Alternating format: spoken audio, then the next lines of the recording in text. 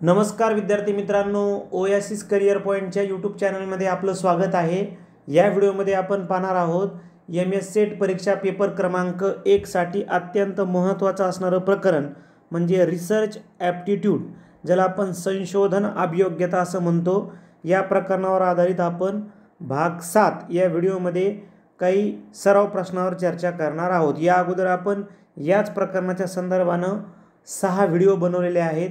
त्यामध्ये देखील रिसर्च ॲप्टिट्यूडचे काही ओल्ड आणि काही प्रॅक्टिस क्वेश्चनवर आपण चर्चा केलेली आहे। तर अधिक वेळ न घेता लगेच सराव प्रश्न पाहूयात। प्रश्न आहे, संशोधक जे अभ्यासले त्याचे डॅश डॅश स्पष्टीकरण देतो। स्वतःच्या यथार्थ दर्शनातून स्पष्टीकरण देत नाही तो कधी, त्याने जी माहिती मिळवली त्याच्यातून देतो तो, म्हणून पहिलं रॉंग। संग्रहित माहितीच्या आधारे हे उत्तर होऊ शकतं। संशोधन मंडळाच्या विश्वासातून, तिथं काही महत्त्वाचं नाही, संशोधन मंडळाचा विश्वास। अनुदान देणाऱ्या संस्था, हा तर फसवाच पर्याय। म्हणजे संशोधक जे अभ्यासलं त्याचं स्पष्टीकरण जो आहे तो संग्रहित माहितीच्या आधारे देतो, म्हणजे पर्याय बी हे आपल्या प्रश्नाचं इथं उत्तर असणार आहे। संशोधन अहवालामध्ये प्रथम प्रकरण टिंबटिंब बाबत असते। तर संशोधन अहवालामध्ये प्रथम प्रकरण हे संदर्भ सूची। आता संशोधन अहवालामध्ये सर्वात पहिले प्रकरणाला कोणता नंबर लागेल? सरळ सरळ संदर्भ सूची तर शेवटी असते, हा पर्याय तर कटलाच। ठीक आहे, आपल्याला माहिती आहे की ते पार्थेसिसच्या शेवटी असतं, त्या जे रिसर्च पेपर असतं त्या शेवटी असतं।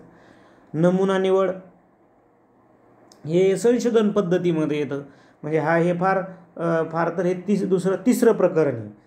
कारण अगोदर येते प्रस्तावना, नंबर 1ला काय येते? प्रस्तावना। नंबर 2ला येतं संबंधित साहित्य आणि संशोधनाचे परिशीलन, आणि नंबर 3ला मग येते संशोधन पद्धती, मग त्यामध्ये कोणती नमुना निवड वापरायची वगैरे वगैरे। ठीक आहे, आणि हे तर येणार नाही का संशोधनाचे उद्देश हे प्रस्तावनेमध्ये समाविष्ट असतात। म्हणजे इथं उत्तर काय येईल? संशोधन अहवालामध्ये, कारण 4 पर्यायातून निवड करायची ना, अगोदर येईल प्रस्तावना। जर तुम्हाला प्रकरणच पाहिजे तर नंबर 2ला असतं साहित्याच्या संदर्भानं, नंबर 3ला असतं संशोधन पद्धती, नंबर 4ला माहितीचं संकलन, 5ला सारांश निष्कर्ष जे काही असतं ते पुढे, म्हणजे विविध संदर्भ विभाग असतात। खालीलपैकी कोणते गुणात्मक संशोधनाचे वैशिष्ट्य आहे? ठीक आहे, क्वालिटेटिव्ह रिसर्चचे वैशिष्ट्य वस्तुनिष्ठ असतं। आता वस्तुनिष्ठता हे संख्यात्मक संशोधनाचं वैशिष्ट्य आहे, संख्यात्मक संशोधनाचं वैशिष्ट्य। कार्यकारण संबंध, इथं संदर्भ लागत नाही। मूल्यविहीन तर कोणतंच संशोधन नसतं। व्यक्तिनिष्ठ, व्यक्तिनिष्ठता असते गुणात्मक संशोधनामध्ये, कारण समस्येनुसार त्याचं स्वरूप बदलतं ना, समस्येनुसार, म्हणजेच काय आली? व्यक्तिनिष्ठता आली। आणि गुणात्मक संशोधनाची आपल्याला जर बेसिक जरी व्याख्या घेतली आपण, की गुणात्मक संशोधनामध्ये संशोधक व्यक्तिसमूहाविषयीचं आकलन स्वतःच्या दृष्टिकोनातून करतो, पण त्याचबरोबर संशोधक व्यक्तिसमूहाविषयीची वस्तुस्थिती ही तथ्याद्वारे मांडत असतो। आलं लक्षामध्ये? मात्र व्यक्तिसमूह आल्यामुळं उत्तर आपल्याला डी निवडावं लागेल। विज्ञान अध्यापनात शिक्षकांना जाणवणाऱ्या अडचणीचा अभ्यास या संशोधनासाठी पुढीलपैकी कोणती पद्धत योग्य आहे? ठीक आहे, विज्ञान अध्यापनात शिक्षकांना जाणवणाऱ्या अडचणीचा अभ्यास कोणती पद्धती वापरू आपण? प्रायोगिक पद्धती नाही, प्रायोगिक पद्धती जी वापरतो आपण ती भविष्याचा वेध घेण्यासाठी पद्धती वापरतो। म्हणजे एखाद्या भविष्यकालीन समस्याची स्थिती काय अभ्यासायची आहे त्यासाठी आपण प्रायोगिक पद्धती वापरत असतो। म्हणजे इथं तो संदर्भ आहे। सर्वेक्षण पद्धती, यस, सर्वे करावं लागेल ना आपण, त्या प्रत्येक विज्ञान अध्यापन शिक्षकाला जाऊन त्यांचा सर्वे करावा लागेल आपल्याला, की नेमक्या काय अडचणी आहेत तुम्हाला। कारण व्यक्ती अभ्यास पद्धती ही एक संस्था, एक शाळा, एक गावच्या, एक व्यक्तीच्या संदर्भानं असते। तुलनात्मक पद्धती 2 इथं बाबीची तुलना करायची असते। म्हणजे आपल्याला काय करावं लागेल? सर्वेक्षणच करावं लागेल त्या ज्या शिक्षकांना विज्ञान अध्यापनामध्ये अडचणी येत आहेत त्या। ठीक आहे, चांगल्या प्रबंध लेखनाची वैशिष्ट्य आकर्षकपणा आणि शास्त्रीय वस्तू स्थितीदर्शक असतात. ठीक आहे, बरोबर आहे. नाही, पुनरावृत्ती शाळा पाहिजेच, व्यवहार्यता पाहिजे, संतुलित भाषा पाहिजे, अडचणी व कमतरतेचा उल्लेख पण करणं आवश्यक आहे.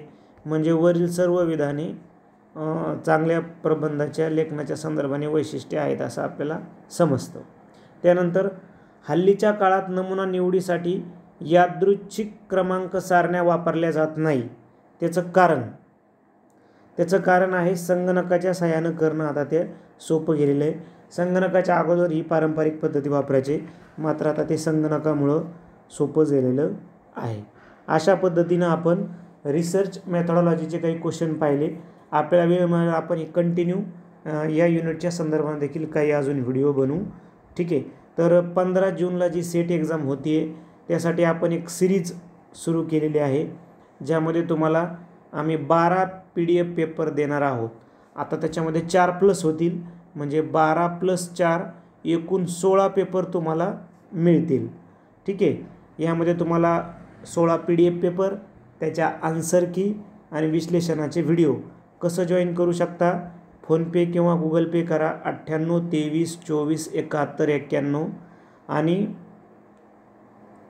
नाव येईल ओएसिस करिअर पॉईंट किंवा गणेश विश्वनाथ गुजर. पे केल्याच्यानंतर त्याचा स्क्रीनशॉट याच नंबरला व्हॉट्सअप करा. तुम्ही हा व्हिडिओ म्हणजे तुम्ही पे केल्याच्यानंतर ज्या अगोदरच्या तारखा आहेत या प्रत्येक तारखेचा पेपर तुम्हाला मिळेल.